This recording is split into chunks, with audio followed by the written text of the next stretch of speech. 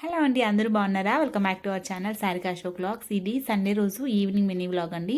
ఆ రోజు ఈవినింగ్ మా ఇంటికి పక్కనే ఉన్న సూపర్ మార్కెట్కి అయితే వెళ్ళాము. ఆ ఫ్రూట్స్ వెజిటేబుల్స్ అయితే కొన్ని తీసుకొచ్చుకుందామని. అలా బయట వెళ్ళినప్పుడు ఒక 3కి అలా అనుకుంటా తిరువల్లూరు దగ్గరలో ట్రైన్ అయితే ఒకటి బ్లాస్ట్ అయింది. పెట్రోల్ క్యారీ చేస్తూ ఉండి గూడ్స్ ట్రైన్ అయితే బ్లాస్ట్ అయిందంట. ఆ పొగ మా ఇంటికి దగ్గర దాకా మొత్తం కమ్మేసింది. చాలా భయంకరంగా ఉంది. దేవుడి దయ వల్ల ఎవరికి ఏమీ అవ్వలేదు. నేను చూపించిన క్లిప్ వచ్చి మా ఇంటికి దగ్గరలోనే జస్ట్ ఒక 200 to 300 మీటర్స్ డిస్టెన్స్లో అయితే అంతగా వచ్చింది పొగ.